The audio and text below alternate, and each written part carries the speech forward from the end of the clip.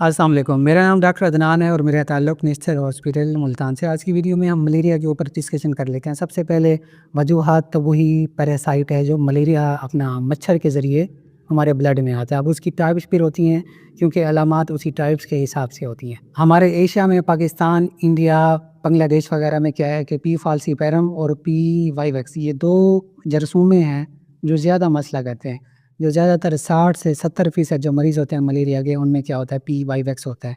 लेकिन कुछ मरीज़ों में पी फाल्सीपैरम होता है जो क्या करता है ख़तरनाक किस्म का मलेरिया करवाता है या ऐसी किस्म है वो मलेरिया की जो ज़्यादा सवेयर होती है। काफ़ी टाइम लग जाता है उसको ठीक करने में या उसकी जो शिद्दत है बहुत ज़्यादा होती है। अलामात में आपको क्या आएगा, सबसे पहले तो फ़ीवर होगा, आपको बुखार होगा, हाई ग्रेड फ़ीवर होगा, बहुत ज़्यादा बुखार होगा, 104, 105, 103 पे होगा।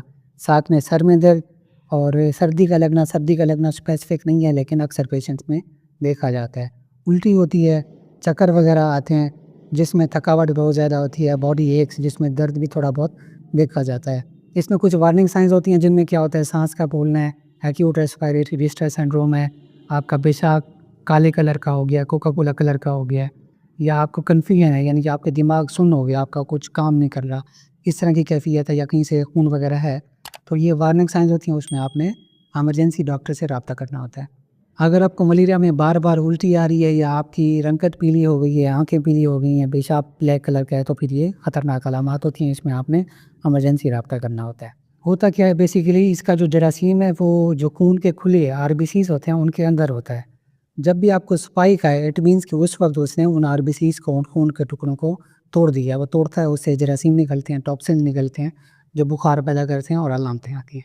अगर ये बार-बार आ रहा है तो सवेयर मलेरिया या सेरिब्रल मलेरिया होने के चांसेस ज़्यादा हो जाते हैं। अब बुखार आता कैसे है? सबसे पहले तो जो मलेरिया है उसमें बुखार अक्सर तौर पर ऐसा देखा गया है कि वो कम हो जाता है, फिर एक स्पाइक आती है, फिर कम हो जाता है, फिर स्पाइक आ जाती है। या ख़ास तौर पर रात को जो ना बुखार ज़्यादा होता है, साथ में सर्दी भी लग रही होती है। इसमें जो पी वाइवेक्स है उसका ये पैटर्न है कि एक दिन छोड़ के दूसरे दिन आपको बुखार आता है। जो पी फाल्सीपैरम है उसका कोई असूल नहीं है। या तो उसका बुखार कॉन्टिन्यूअस होगा, सुबह शाम होगा, सुबह रात होगा, 24 घंटे होगा, या फिर कभी होगा कभी नहीं होगा, या फिर 2 दिन छोड़ जाएगा और तीसरे दिन आपको बुखार शुरू हो जाएगा। तो इसका कोई ख़ास पैटर्न नहीं है। अब बात करते हैं कि टेस्ट कौन-कौन से करवाने हैं हमने मलेरिया के अंदर। देखें टेस्ट 2 तरह के होते हैं। एक है कि जी हमने जो जरासीम है, पैरासाइट है उसको देखना है, उसको माइक्रोस्कोपी कहते हैं। जो दूसरा टेस्ट है उसमें होता है कि हमने एंटीजन जो जरासीम खारिज कर रहा है, जो केमिकल खारिज कर रहा है, एंटीजन है, प्रोटीन है, उसको डिटेक्ट करना है। उसको हम कहते हैं रैपिड डायग्नोस्टिक टेस्ट।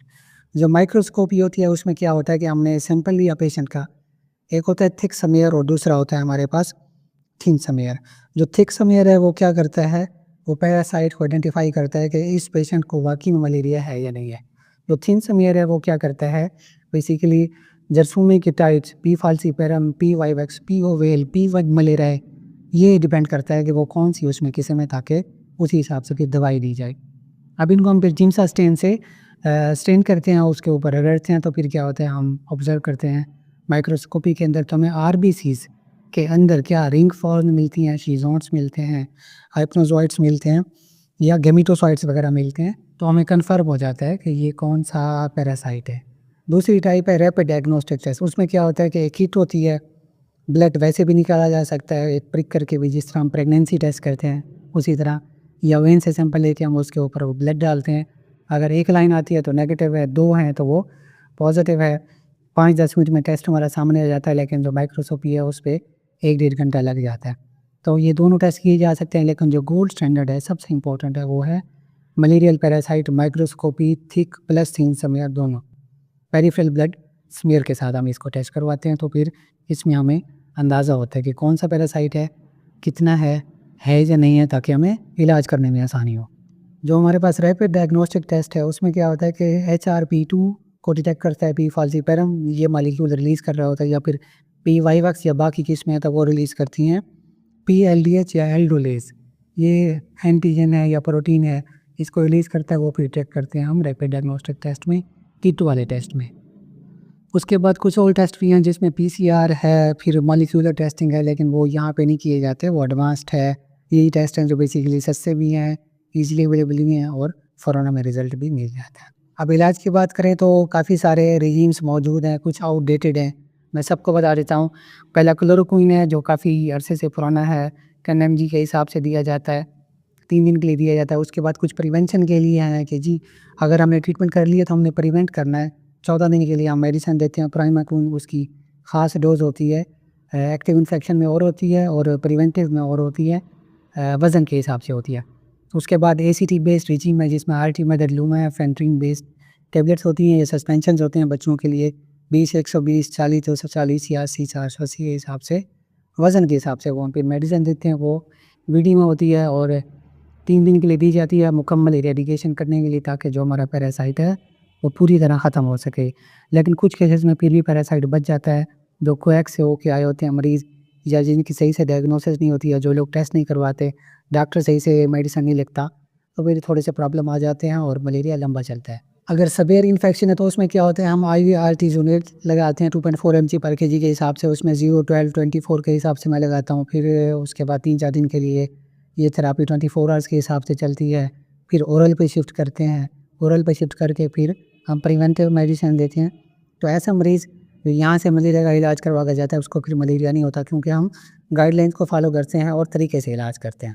अब कॉम्प्लिकेशंस को देख लें तो कॉम्प्लिकेशन में क्या हो सकता है, हीमोग्लोबिन यूरिया आता है। जब ब्लड टूटता है तो हीमोग्लोबिन ब्लड में जाती है, उससे क्या होगा, आपका जो पेशाब है वो ब्लैक कलर का हो जाएगा। उसके बाद ARDS हो सकता है, आपको पल्मोनरी एडिमा हो सकता है, छाती के अंदर पानी भर जाता है, सेरिब्रल मलेरिया, मलेरिया दिमाग पे चढ़ के उस तरह हो जाता है, कन्फ्यूजन होती है और बाकी चीज़ें लंबी चलती हैं। अगर हीमोग्लोबिन यूरिया है तो फिर वो AKI यानी किडनी डैमेज की तरफ जा सकता है। ARDS acute respiratory distress syndrome हुआ है तो वो भी आपको AKI की तरफ लेके जा सकता है।